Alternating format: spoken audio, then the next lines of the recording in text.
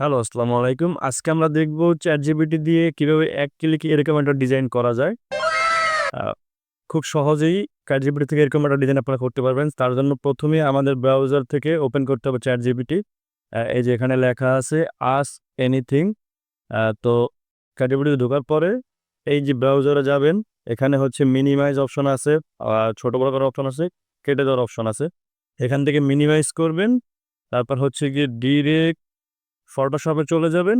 তারপর হচ্ছে গিয়ে ফটোশপে এই যে দেখেন লেয়ার ভিত্তিক এই ডিজাইনটা করা আছে। আচ্ছা, এটা মূলত ChatGPT এর ভিডিও ছিল না।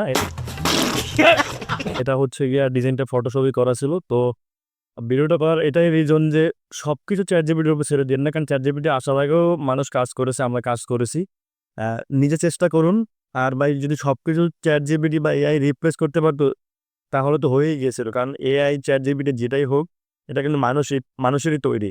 সো নিজে চেষ্টা করুন, ভালো কিছু শিখুন, অ্যা নিজের বিল্ড করার ট্রাই করুন। এই ChatGPT বা এর উপরে নির্ভরশীল হইয়েন না। কারণ আপনি টুকটাক হেল্প নিতে পারেন।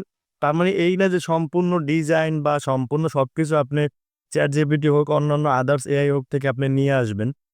সেলফ লার্নিং করেন, নিজে তৈরি করার চেষ্টা করেন। বেসিক কিছু আইডিয়ার জন্য হোক বা শেখার জন্য হোক বা নিজের কাজকে একটু বেটার করার জন্য আপনি এআই হেল্প নিতে পারেন।